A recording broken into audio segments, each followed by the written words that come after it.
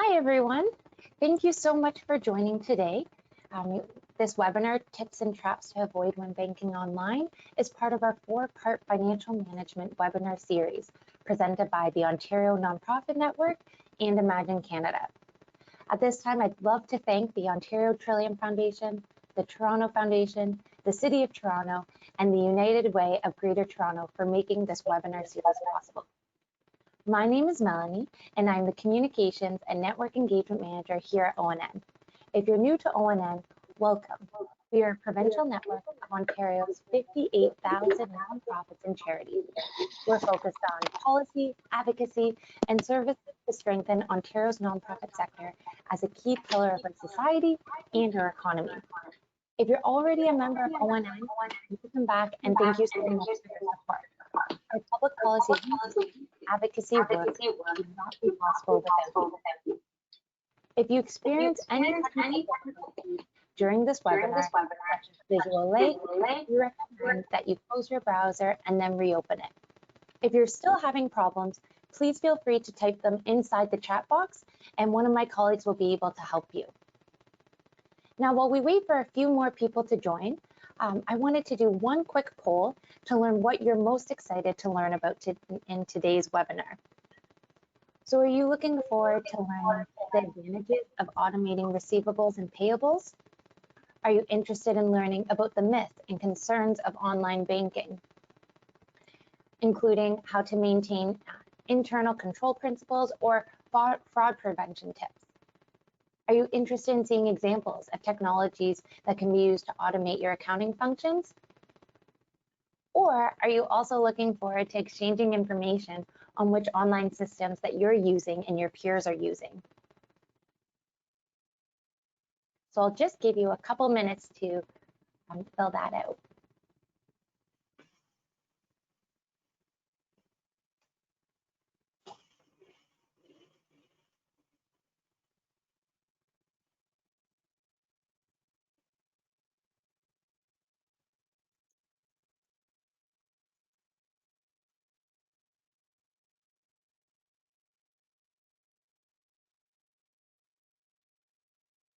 Okay, I'll just give one more quick moment for that.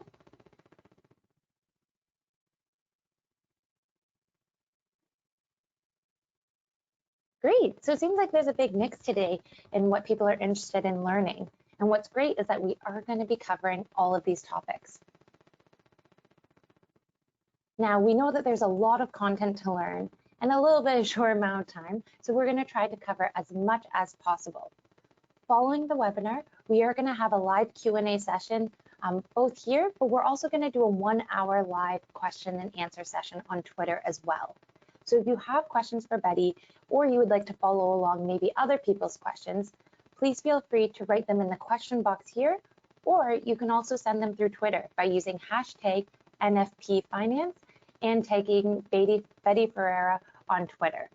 And remember, if you're not on Twitter, you can still submit your questions in the chat box and we'll make sure to get to them. Following the webinar, you are going to receive an email with the recording, the slide deck, and a list of accounting functions that can be automated to help your team increase productivity while working online. You're going to be receiving this package within 1 week of the webinar. Before we get started, I'd like to introduce you to Laurence Theron, who is the Manager of Government Relations and Advocacy at Imagine Canada. Thank you, Laurence, for co-presenting this webinar with us today.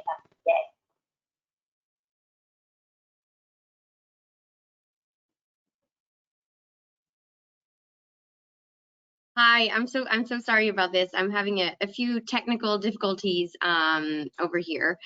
I'm just gonna warn you, there's construction outside my apartment, so if ever you're experiencing any noise or can't hear me, please let me know. So I will begin by acknowledging that I live in Montreal. I just moved back here, and two of my colleagues work and live here. So I'd like to acknowledge that we are located on unceded Indigenous land. The Kanien'kehá:ka Nation, commonly known as Mohawk, is recognized as the custodians of the lands and waters on which I am today. Montreal is historically known as a gathering place for many First Nations, and today it is home to a diverse population of Indigenous and other peoples. We respect the continued connections with the past, present, and future in our ongoing relationships with Indigenous and other peoples within the Montreal community. It's now my great pleasure to introduce our main presenter, Betty Ferreira. Betty is the founder, CEO, and principal consultant of Restructure Consulting and Good Casting, and is a management consultant and advisor to boards of directors with 28 years of experience. As a strategist, a coach, trainer, and speaker, Betty is the designer and sole instructor for the CPA Ontario Nonprofit Finance Leadership Certificate, a volunteer co-producer of the CPA Ontario Nonprofit Finance Annual Conference, a former member of the Accounting Standards Board of Canada Nonprofit Advisory Committee. So Betty has a master's certificate, black belt, Lean Six Sigma, and has been a member of the Chartered Professional Accountants of Ontario since 2013. She received the designation of Fellow of the FCPA, FCMA in 2018. And lastly, she's also been a nonprofit-driven speaker. So you're clearly in good hands today. And so Betty, on to you. Looking forward to hearing you speak today. Great, thank you so much, Laurence, and thank you, Melanie. Okay, well, here we are, everyone. I have been contacted several times since COVID-19 pandemic struck in Canada with inquiries from nonprofit organizations about moving their banking online. One of these inquiries came from an accountant with a charitable organization. Let's just call her Maria. Maria told me. Sorry, Betty, I'm just going to stop you really quickly. We would love to get your webcam on. So just before we keep going, if we could, wonderful. Now we can see you. Thank you so much. All right, great. Okay, so hello, everyone. Maria told me that she lives in a condo. She wants to work from home on her personal laptop and occasionally from her balcony, and asked if sending email transfers to vendors was secure enough. Maria wants to move the organization to online banking, but needed to know the precautions and how she can still abide by the internal controls of the organization, and specifically in getting multiple people to approve invoices for payment efficiently. Several other people have also contacted me and inquired about how to automate accounting functions to take advantage of electronic integrations. If this sounds like you in any way, you're in the right place, because I'm here today to speak about moving banking online, and more specifically to moving to automated payables and receivables. And I will provide you with information regarding trends in online banking, extending to the period before COVID-19.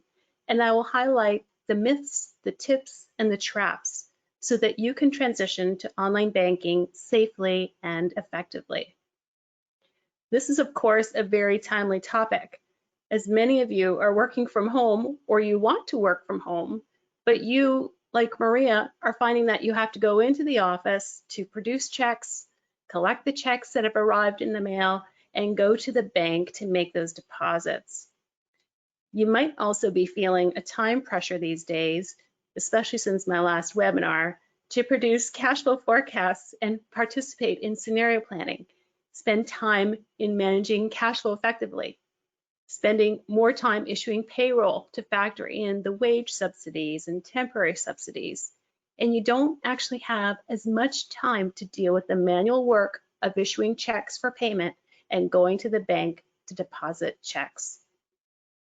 You know, I have worked with many organizations to help them come to the decision to move their banking online and to automate their accounting functions so that they can have more time to spend on analyzing financial information, that can be used to support strategic decisions. And of course, spend less time on manual transactional tasks. But I know what some of you might be thinking at this point in time. Oh.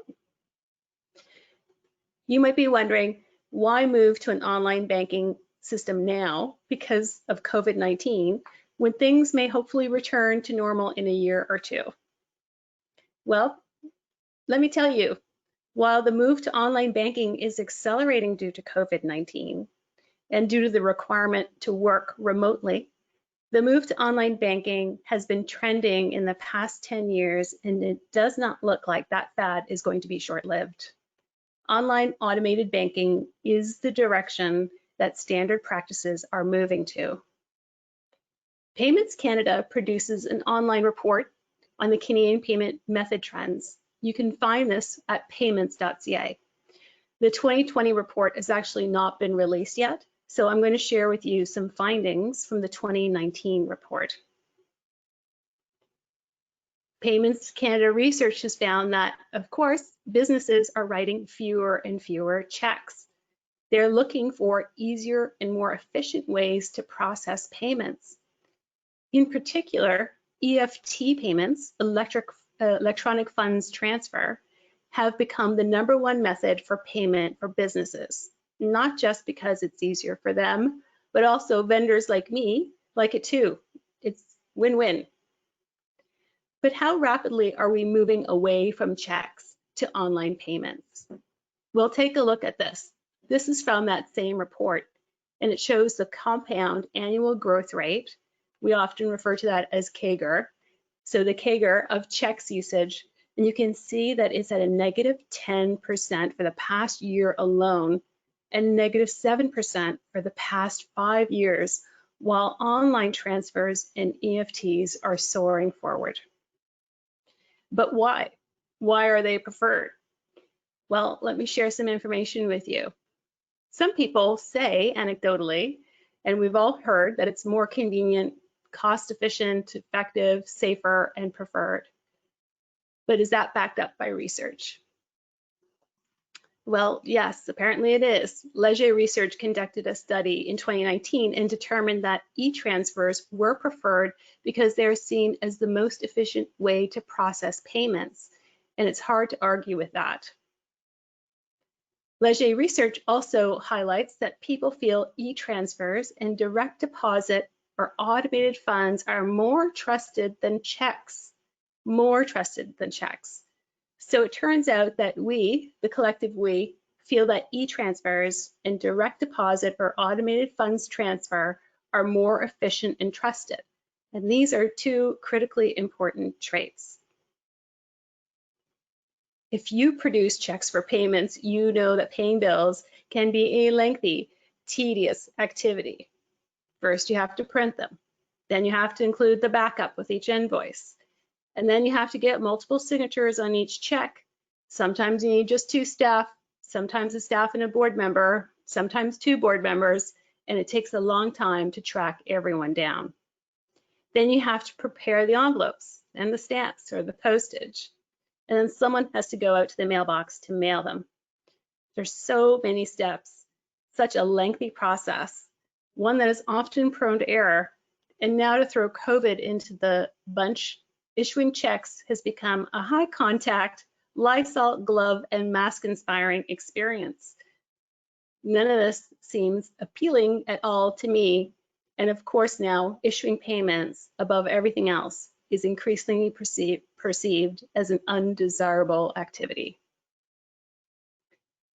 Now we all know there are better things you can do with your time, and we'll talk about that in a minute. But I want to first start by clearing up some myths and talk about these tips and traps of online banking, and specifically payables and receivables first. Now, I have to tell you, when I recommend that a client moves to online banking for their receivables and payables, these are some of the concerns that I've heard. It's too expensive. They charge by the payment. Or there's more fraud. I always hear about it in the news, so there must be more risk to online banking. And sometimes people are just not sure what systems to use or how or they actually just don't want to change their process. They don't believe the trend is increasing and they'd rather not make any changes. So Telpay actually did some research for a conference that I produced, the CPA Ontario Not-for-Profit Finance Conference. They did that a couple years ago, and I'd like to share some of the results of their research that address many of these myths. Telpay found that fraud risk for checks was actually higher than for online banking. And while there's still fraud and risk in online banking, often it is because proper protocols are not followed and the appropriate systems aren't being used. So for example, instead of using a qualified payment processor, a third party, or through your bank, some people are sending online transfers to an email address, like they would send a friend some money. They're doing this instead of using a payment processing system that will send the payment through to the vendor through their bank and not by email. Sending an EFT to a bank account is less risky than sending it to a payment by email, and it has more oversight as well. You have to remember, when you send an email transfer by email, you don't know who will intercept and receive that email transfer and deposit into their account instead. It was also found in this research that the cost for producing checks was higher compared to online banking. And don't forget, you have to factor in more than what I said earlier. It's not just all of the stamps and the envelopes, but you have to pay for the checks, the toner, as well as banking charges for checks as well. And then there's the time that you have to spend photocopying the check, put the check with the backup, put that into paper files, which you would have purchased, or binders, which you would have purchased, and put either of those into a file cabinet, which you would have purchased. Or how about the time you spend scanning each check received and every check that is written, along with the backup, and then sit at a computer to save those files to the right area on the server or cloud. I hope at least it's on the cloud. Paper-based banking is expensive and it's time-consuming. Bank reconciliation is also time-consuming, whereas in online banking, reconciliation is almost virtually eliminated and the administration of payments is decreased significantly. And as mentioned previously, it takes time to track down signing authorities, and you can only do that really in office hours, versus electronic payments, which can be produced and approved anytime and anywhere, and can be set up with the required internal controls and levels of signing authorities that you currently have for check payments. So I want to make sure, if you have not moved to online banking, that you know this can happen. Yes, you can mirror your levels of authority for payments using a business-to-business payment processing system online. If you don't use one of these systems, you may not know what this looks like because you're thinking of your own personal banking system. And don't forget, some organizations use the system provided by their bank, their financial institution, whereas others use third-party payment processors like Telpay. And finally, I'd like to add, do your homework. Choose a payment processor that will provide the same level of authority for payments online and a high level of security. Those systems do exist. And don't forget that some systems, whether they are through your own bank or a third party, will also have dramatically different pricing systems. Some will charge you a flat fee for setup and each payment, whereas others will charge a percentage of payments being made. You want to find a system that charges a flat fee and not a percentage, or you could lose 3, 5+% on each of those payments. You also want to ensure that you can use the same level of signing authority, and you want an efficient system. So I want to show you an example. This addresses some of these concerns that I hear from clients. In this example, you have 100 payments that need to be issued and approved. 50 of them need to be approved by 2 staff only. 25 need to be approved by the CEO and 1 board member, and the last 25 to be approved by 2 board members. So if you're using a business-to-business quality payment processing system, you should be able to do this. You should be able to include payments that require different levels of signing authority. And you can also include, and should, of course, the invoice as a backup, so those signing authorities can view the backup and connect it to the payment. Now here's a question that I often get.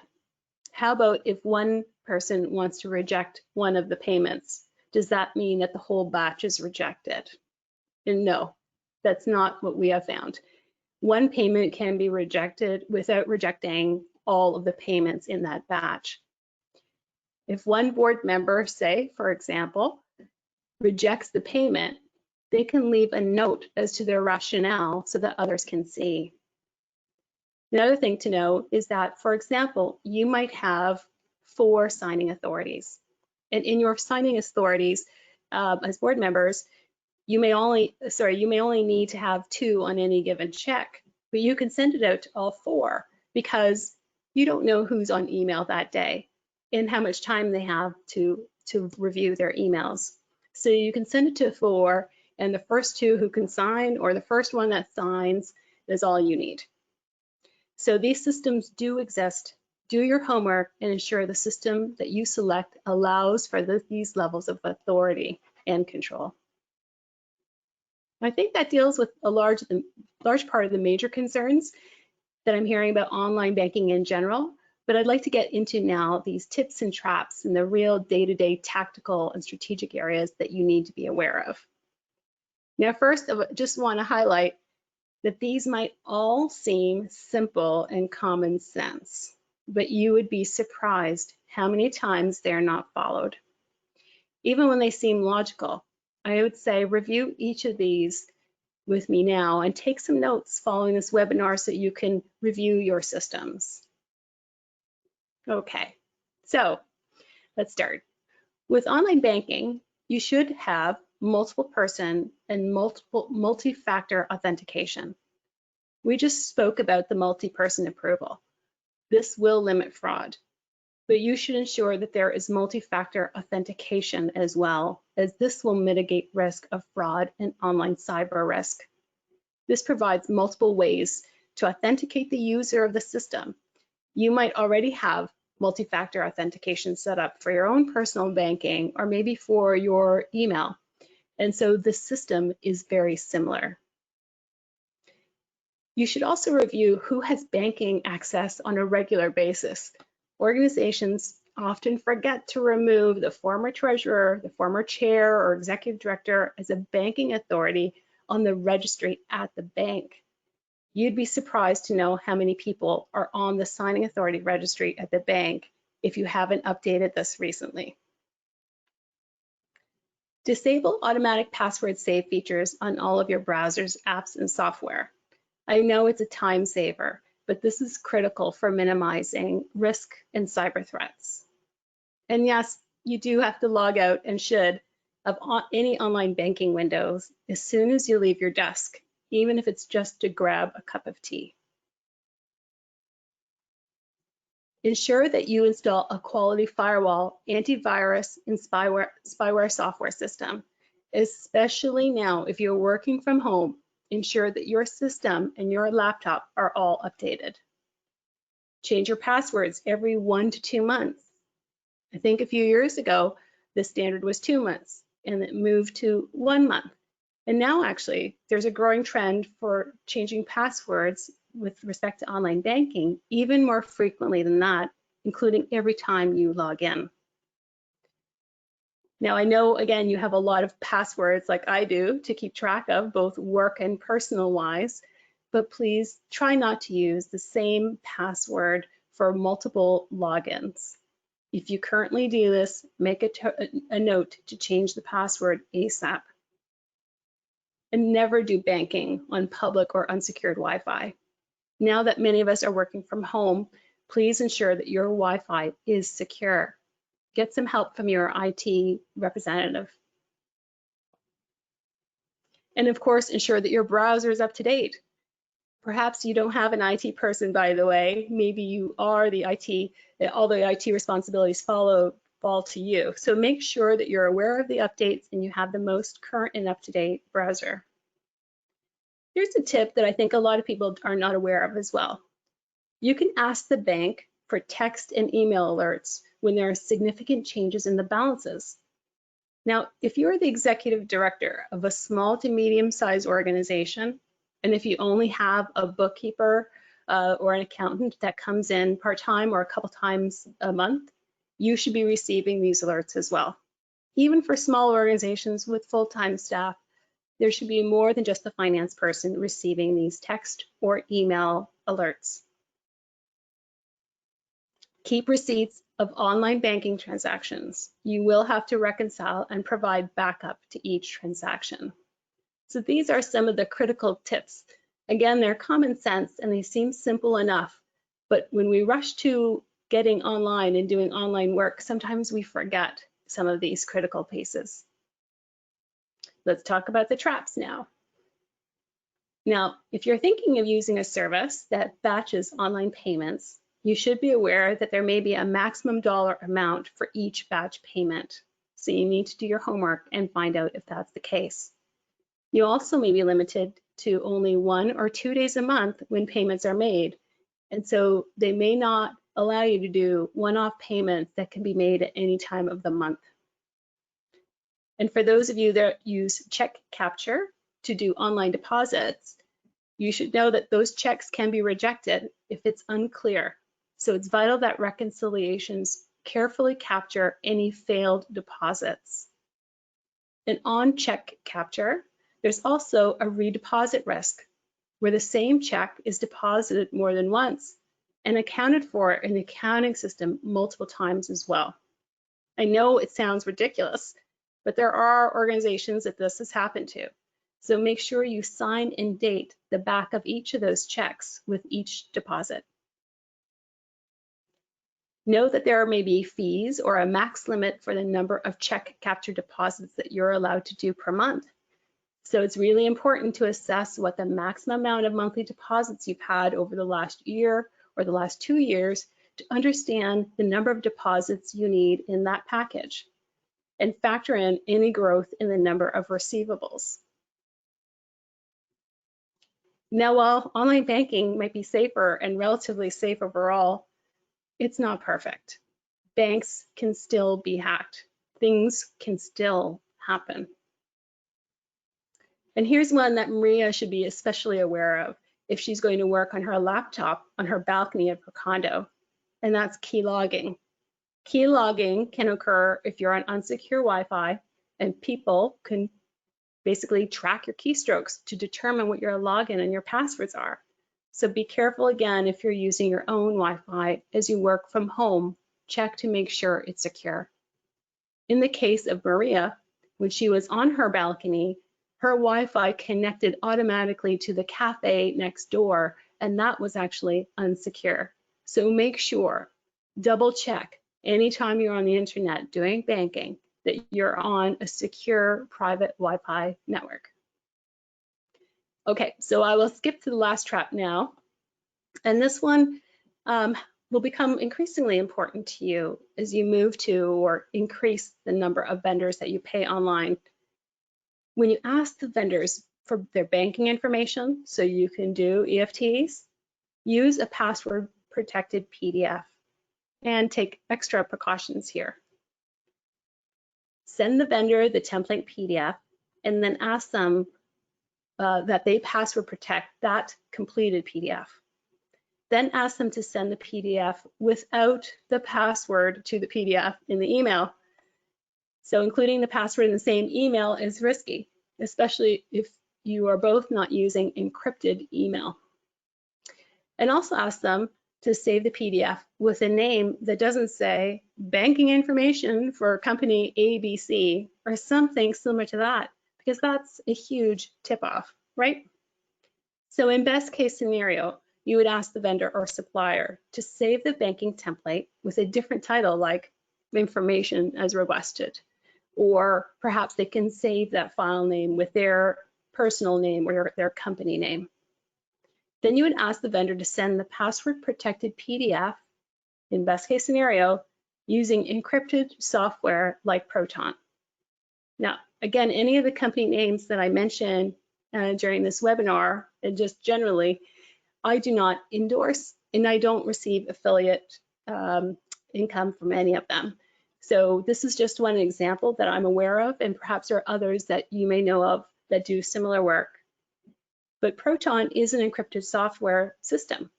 So you could actually receive the PDF using this encrypted software as well, and ask the vendor or supplier to phone you with the password or send it in a separate email, and maybe even through a separate email provider.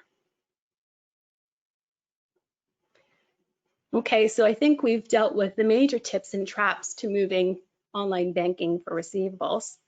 And like I said at the beginning, they might all seem logical and common sense, but in truth, many of these are still issues. These things still happen, and it's actually easy for these things to occur, especially when organizations are moving quickly to using online banking. They might forget to take each of these tips and traps into consideration. And so the key takeaways here are, don't forget, you can maintain internal controls in an online banking environment, so find a system that allows you to do that. Online banking can be very efficient and effective. And be safe. Make sure that you are taking all the precautions that you can to limit risk. And finally, in the last section here, I'd like to take the opportunity to speak about the advantages to both moving to online banking and talk about automating accounting functions in general. This might be a chart that many of you have seen me display before, so let me explain it. On the left, you see that there is a dark navy triangle. Imagine that this is the full amount of time that your accounting person, your accounting staff, if this might be you, the whole amount of time that you spend on accounting functions. Now we know that organizations that are not automating and do not use online banking are spending a lot of their time, the majority of it, on bookkeeping, on manual transactional tasks. I call that the micro. And so they have less time to spend on management accounting and even less on finance. By moving to online banking and automating your accounting, you're able to flip that triangle.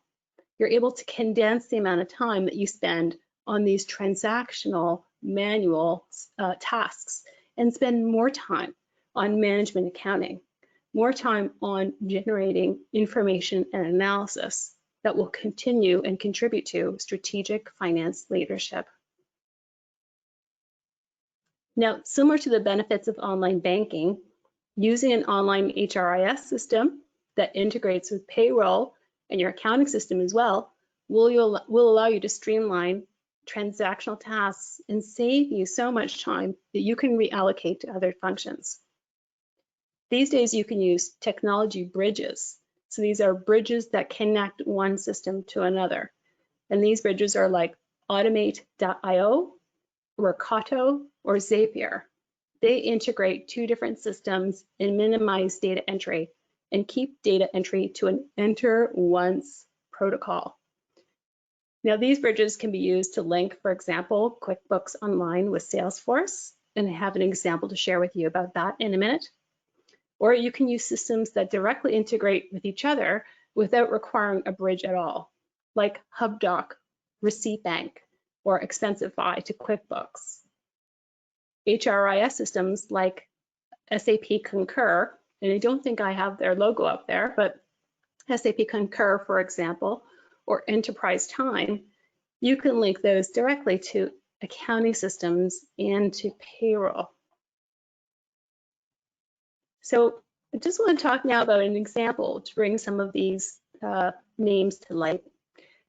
One of my clients has used Workato to be the bridge between QuickBooks Online and their Salesforce CRM.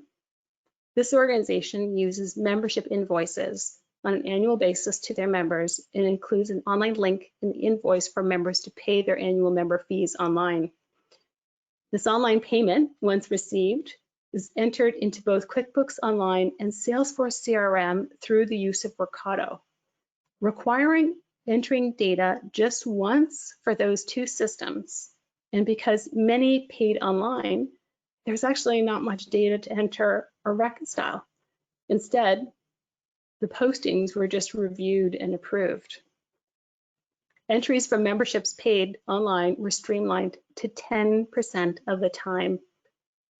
When physical checks were received instead of online payments, the bookkeeper would enter the receipt of payment once and would populate both QuickBooks Online and Salesforce at the same time. Taking a check capture and e-deposit minimized the need to go to the bank and decreased that part of the manual work process to 10% as well. These are significant time savings. Now the bookkeeper spends her time savings in the past few years doing the following things: producing better and more fulsome financial statements with more information, including dollar and percentage variances. Narrative reports. These are narrative reports that accompany each of the financial statements every month and that explain the financial performance of the organization in words, explain the financial performance of that month and the year to date, and also highlighting and explaining the reasons for variances. So the narrative has become such a critical point of interest for the board members because now they can understand finance and the financial performance so much easier. She also spends time with the CEO to review any actions required in the budget following each month because she's spending time looking and analyzing the financial statements, time that she didn't have before. She's also completed a dashboard with the organization's key performance indicators for the finance committee and the board, and they get those, I believe, on a quarterly basis. She's conducted, I think it's a 3 or 5 year analysis of the net assets of the organization, developed a strategy for preserving and growing those reserves. She's analyzed revenue trends. She's just now conducting a true full cost analysis of programs, including the bottom line for each program. And she's also analyzed the strengths and weaknesses of the organization's business model. All of this has allowed her to become even more so a wealth of information to the executive director, CEO, and the finance committee and the board. Never before would she have been able to do this if she was not using online banking and not automating the accounting functions. There are many advantages to moving to online banking and automated accounting. The accountant, and there are many of you out there, this is an important position. The more the accountant or your finance department can move to online banking and automate accounting services, the more resilient your organization can become. So in this presentation, we have seen that online banking is a strong trend and one that will not fade. In fact, it will be accelerated due to COVID-19. And there are several ways that you can go about automating your payables and receivables so that you can minimize the time spent on these transactional tasks. But you have to use quality payment processors and online banking systems that allow you to have the same level of authority, signing authority, without giving up on security.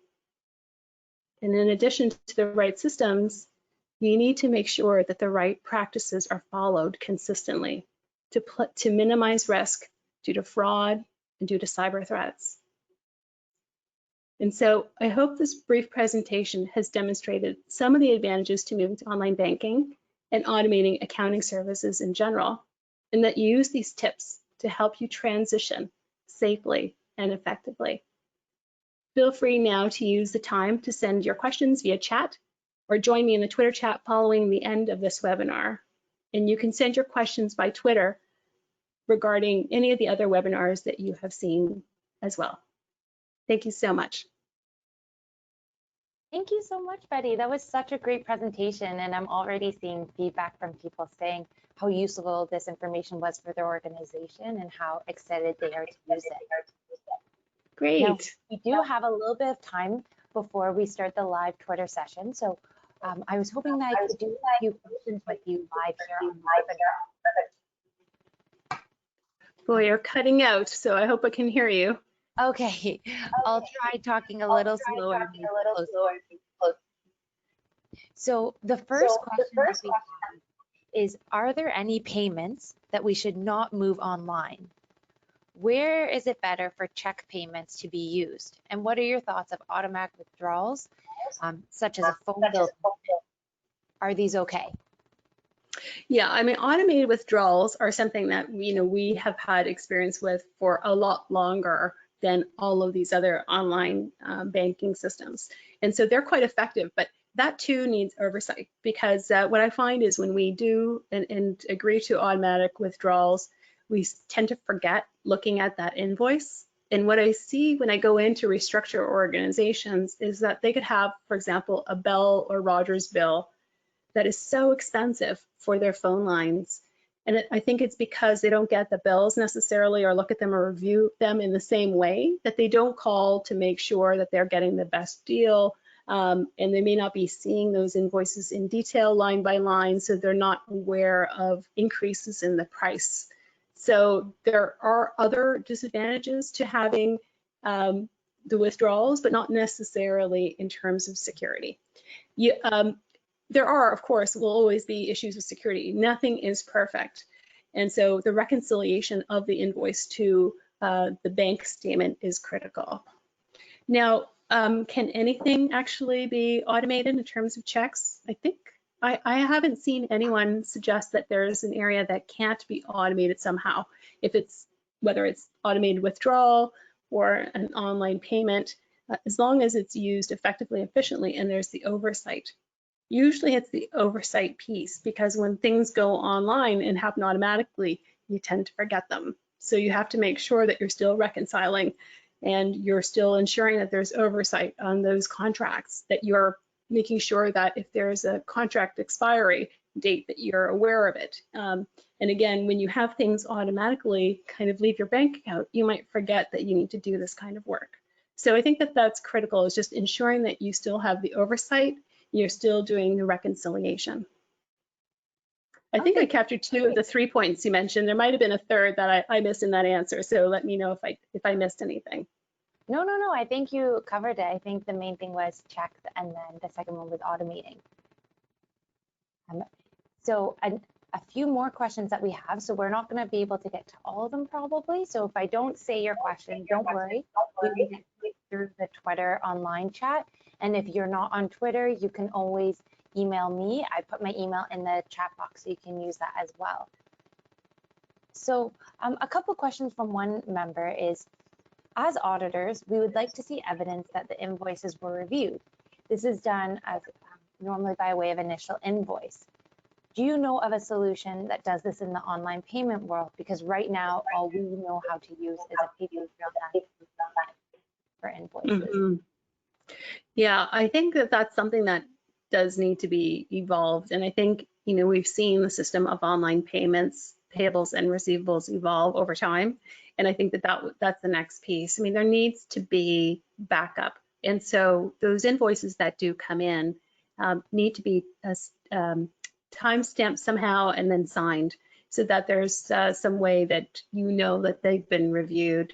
There are some systems that allow you to build that in. I believe HubDoc gives kind of a portal of invoices and even allows for payment through that portal, and that connects online and integrates with QuickBooks.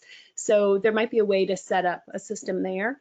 And I would say, the reason I brought up these bridge providers, Automate, Zapier, and Workato, is that there's so much more that we can do other than looking at just the standalone systems.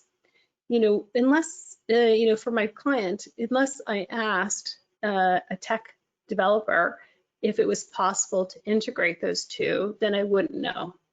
So I would say find out if there are ways that you can connect with, tech developers to help you understand what the options are there. And there could be even a form that is developed that helps actually upload what those invoices are and require some type of approval. by the person who needs to provide the approval on each of those invoices.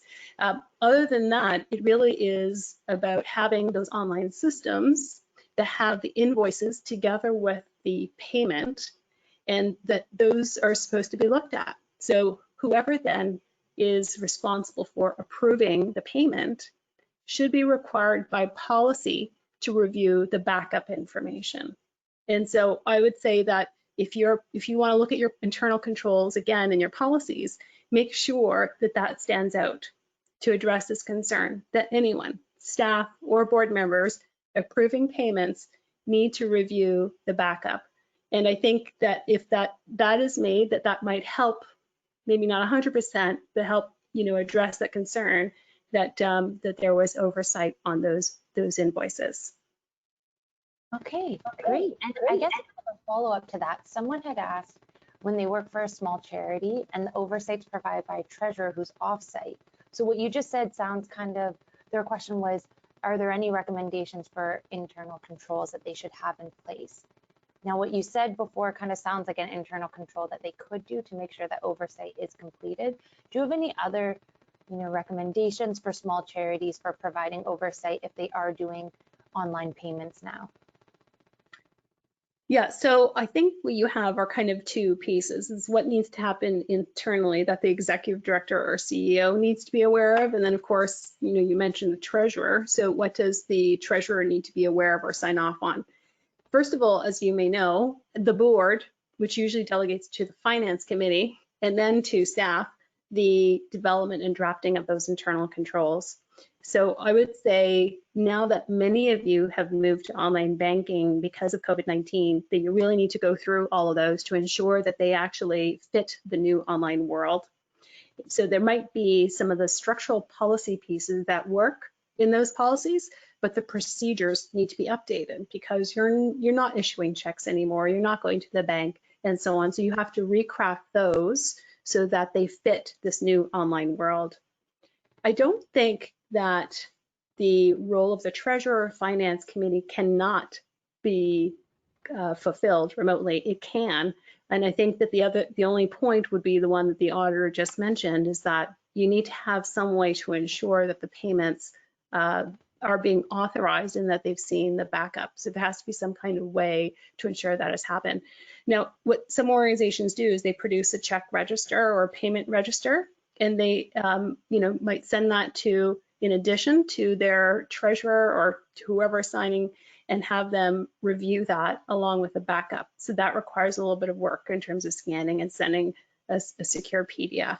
But I think that now that we're living in this online world and we've been pushed more into it recently, that we have to find those ways to ensure that we're covering off on both being secure and safe, but also efficient and effective. And so I think it really doesn't matter if you're a small organization or a large organization, those risks still exist. Thank you. And last question for right now for during the webinar, which I thought was an interesting one, and it may be too big to cover in a question and answer session, but maybe you can point people in the right direction for resources or learning more. Someone wanted to know, so if you are deciding to make the pivot and you're moving everything online, what change management practices do you recommend or change management to help people make a big jump to online banking? So I think I heard the first half of that, which is what change management, and then you went a little low. So try that question again. So what change management practices would you recommend to help convince or help move some of top management or leadership to transition to online banking? Yeah, so I find that sometimes people get really stuck in the processes that they've used as an entity over time. And that's really why I want to start off with showing you some research from Payments Canada about the trends. Now, I think one thing we can all agree with, those of us that are kind of in the space, is that we're moving more and more to online EFT, automated transfer, and soon this whole concept of writing checks will be something we talk about historically. We'll see checks at a museum. We're just moving in that direction. And so I think that it's important that people understand that regardless of COVID, that the movement, and therefore all the systems and the accounting software packages are moving to create more efficiency, and that will require moving to online systems. So I think it's important when you're changing a group perhaps that is quite old and fixed in their ways, that they know that there is actually change afoot. And the other reasons I want to deal with those major concerns and the tips and traps is because sometimes the fear of this unknown and the fear of more risk is what's holding them back. And so I think it's really important to share information that addresses their core fear. And I tried to do that in this presentation to say, well, you know, why are people moving? Well, they're finding it that they can trust online payments more than check. So that's actually a really strong statement. And I think that that's what needs to happen in change management process, is to kind of deconstruct what the fears are or what the obstacles are in moving to online banking systems. Now, that could be perhaps the finance committee or the board as an example. But you as a bookkeeper or executive directors with bookkeepers might find that the bookkeeper does not want to do something different. They don't actually want to have and engage in change. And so I would say if you are outsourcing your accounting in particular, you need to ask for these efficient services. You just need to do it because you're paying for someone to do work that takes this amount of time when actually it could take this amount. And as I mentioned to you, the benefits, the advantages of moving to online systems are so great. The impact that these accounting positions can have is so amazing. And it's almost hard to tell the difference in these organizations from before and after because they've now had the time to think. And lastly, I'll just say some bookkeepers are afraid of letting go because they haven't done any of this management accounting analysis work before. They don't know what's involved. They don't know what a business model is and how to analyze it. They may not know what key performance indicators or a dashboard looks like. That's okay. Now you have time to figure it out. Now you have time to take training, go to, certificate programs, to go to conferences, to learn how to do that. And don't worry, because this is really new in the nonprofit sector, no one's expecting that by tomorrow you'll have so much of this done and that you'll be perfect at it and you can coach others. Don't worry about that. And if that's a frustration, I would say just exhale. You will find the way. You will learn. You're here now learning. And so I have every faith that you can make this leap and move into a more of a management accounting function to support the organization. You can do it. Thank you. That's such a positive way to end the webinar. So thank you again for answering the questions and for your insightful presentation. Now we are going to move to the live question and answer session on Twitter. So if you do want to join and you have more questions for Betty, please follow along. You can use hashtag NFPfinance, and you can also tag Betty on Twitter, which is in the chat box right now if you're looking for her handle. Thank you for everyone for joining. We hope that you stay connected today. So whether it's over on social media, joining for future webinars, or subscribing to our newsletter list, please feel free to reach out to us when you have questions, and we look forward to connecting with you again. Thank you so much, everyone. We hope that you have a great day. Bye now. Bye.